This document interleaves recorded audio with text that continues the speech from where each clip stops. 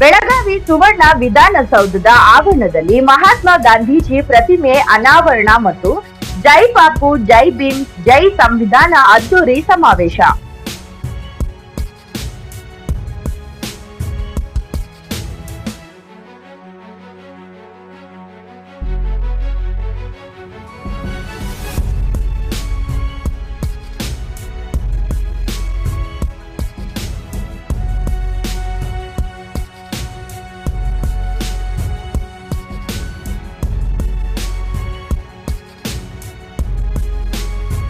ವರ್ಷಗಳ ಹಿಂದೆ 1924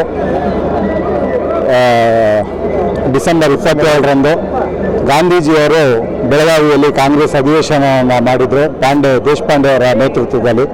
ಹಾಗಾಗಿ ಆ 100 ವರ್ಷದ ಸವಿ ನೆನಪಿಗಾಗಿ ಈ ದಿನ ಜೈ ಭೀಮ್ ಜೈ ಬಾಪು ಜೈ ಸಂವಿಧಾನ ಎನ್ನುವ ಕಾರ್ಯಕ್ರಮವನ್ನು ಈ ದಿನ ನಮ್ಮ ಕಾಂಗ್ರೆಸ್ ಸರ್ಕಾರದ ಆಡಳಿತಾವಧಿಯಲ್ಲಿ ಮತ್ತೆ ಆ ಕಾರ್ಯಕ್ರಮವನ್ನು ಮರುಕಳಿಸುವಂತೆ ಮಾಡಿ ಈ ದಿನ ಯಶಸ್ವಿಯಾಗಿ ಸುಮಾರು 30 ಲಕ್ಷಕ್ಕೂ ಅಧಿಕ ಜನ ಎಕ್ಸ್ಪೆಕ್ಟ್ ಮಾಡಿದ್ದೀವಿ.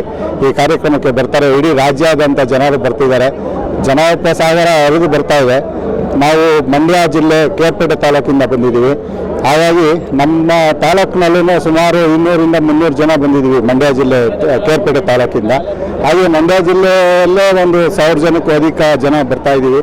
ಹಾಗಾಗಿ ಈ ಕಾರ್ಯಕ್ರಮ ಯಶಸ್ವಿಯಾಗಲಿ ಎಂದು ನಮ್ಮ ರಾಜ್ಯಾಧ್ಯಕ್ಷರಾದಂಥ ಡಿ.ಕೆ. ಶಿವಕುಮಾರ್ ಅವರ ನೇತೃತ್ವದಲ್ಲಿ ಹಾಗೂ ನಮ್ಮ ಮುಖ್ಯಮಂತ್ರಿಗಳಾದಂಥ ಸಿದ್ದರಾಮಯ್ಯವರ ನೇತೃತ್ವದಲ್ಲಿ ಈ ಕಾರ್ಯಕ್ರಮ ಅತ್ಯಂತ ಯಶಸ್ವಿಯಾಗಲಿ ಎಂದು ಬಯಸ್ತಾ ಈ ಕಾರ್ಯಕ್ರಮಕ್ಕೆ ಇದು ಪೋಸ್ಟರ್ಗಳಲ್ಲಿ ಜೈ ಭೀಮ್ ಅಂತ ಪೋಸ್ಟರ್ಗಳು ಇದೆ.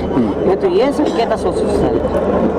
ನಮ್ಮ ಸಂವಿಧಾನವನ್ನು ಎತ್ತಿ ಹಿಡಿಬೇಕು. ನಮಗೆ ಕಾಂಗ್ರೆಸ್ನಿಂದ ಸ್ವಾತಂತ್ರ್ಯ ತಂದುಕೊಟ್ಟ ಬಾಪು ಅವ್ರನ್ನ ಎತ್ತಿ ಹಿಡಿಬೇಕು, ಅವ್ರನ್ನ ನೆನಪಿಸ್ಕೊಬೇಕು.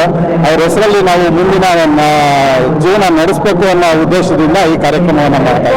ಅಶೋಕ್ ಅವರು ಟೀಕಾಪ್ರಹಾರ ಮಾಡಿದ್ರು. ಇವತ್ತು ಗಾಂಧಿ ನೆನಪು ಮಾಡಿಕೊಂಡು ಬರೀ ಸಮಾವೇಶಗಳನ್ನ ರೂಪಿಸ್ತಾ ಇದ್ದಾರೆ, ಟೀಕಾಪ್ರಹಾರ ಮಾಡ್ತಾ ಇದ್ದಾರೆ. ಇವತ್ತು ಕಾಂಗ್ರೆಸ್ ಮಾತ್ರ ಸೀಮಿತನಾ ಗಾಂಧಿಯವರು? ಅಶೋಕ್ ಅವರು ನೆನ್ಕೋಬೇಕು. ಅವರು ಗಾಂಧಿಯವ್ರನ್ನ ವಿರೋಧಿಸ್ತಿದ್ದಾರೆ. BJPಯವರು RSSನವರು ಗಾಂಧಿಯನ್ನು ವಿರೋಧಿಸಿ ಅವರು ಗಾಂಧಿಯನ್ನು ಕೊಲ್ಲೋ ಪ್ರಯತ್ನ ಮಾಡೋದಂತೂ ಇಡೀ ಜಗಜ್ಜಾಹಿತಾರಾಗಿದೆ. ಹಾಗಾಗಿ ಅವ್ರ ಮಾತಿಗೆಲ್ಲ ಬೆಲೆ ಕೊಡಬೇಕಾದಂಥ ಅವಶ್ಯಕತೆ ಇಲ್ಲ ಅಂತ ನಾನಾದರೂ ಭಾವಿಸ್ತೀನಿ. ಸರ್, ಎಷ್ಟು ಲಕ್ಷ ಸೇರುವ ಸಂಭವ ಇದೆ? 25ರಿಂದ 30 ಲಕ್ಷ ಜನ ಸೇರುವಂಥ ಸಂಭವ ಇದೆ. ನಾವು ಮಂಡ್ಯ ಜಿಲ್ಲೆಯಿಂದನೇ ಒಂದು 1500 ಜನ ಬಂದಿದ್ದೀವಿ. ಮಂಡ್ಯ ಜಿಲ್ಲೆಯಿಂದನೇ ಇಲ್ಲಿ ಗಾಂಧೀಜಿಯವರ ಸಂವಿಧಾನಕ್ಕೋಸ್ಕರ ಇದೇ ಒಂದು ಜಾಗ ಆಯ್ಕೆ ಮಾಡ್ಕೊಂಡಿದ್ದಾರೆ. ಅದರಲ್ಲೂ ವಿಶೇಷವಾಗಿ ನಮ್ಮ ಸರ್ಕಾರ 5 ಗ್ಯಾರಂಟಿನ ಜನರಿಗೆ ಕೊಟ್ಟಿದೆ.